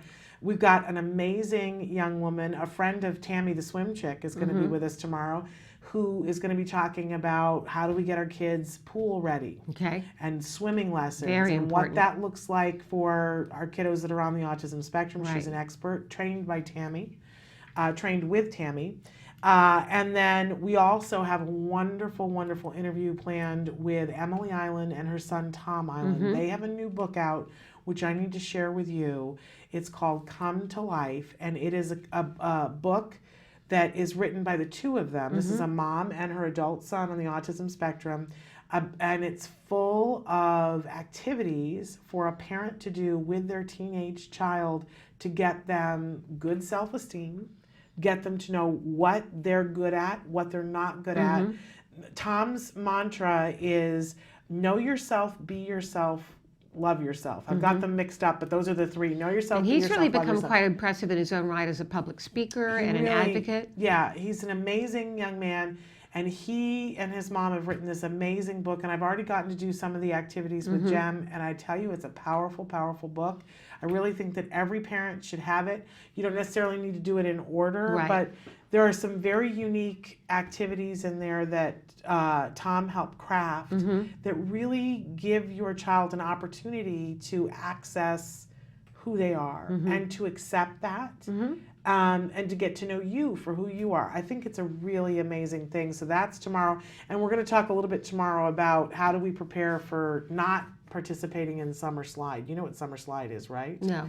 Summer Slide is it's a teacher term for what happens in the summer when kids lose ground. Oh, okay. This is an ideal time for us as autism parents. The rest of the population is going to lose a little bit. That we and can keep our kids' skills not move only forward. maintained, but move forward. And then we catch up. That's how we're going Right. to stop the Summer Slide, use this time to get Okay. more caught up. And we're going All to right. tell you how to do that tomorrow. I need to know that. We've got it for you. So all of that's happening tomorrow, plus some more. We'll do a mindfulness moment too, because we always do that on Thursday. It's nice to do. It is nice to do. Hoping that the cough stays at bay. Yes. Right? Yeah, Anyway. you're feeling better soon. Absolutely.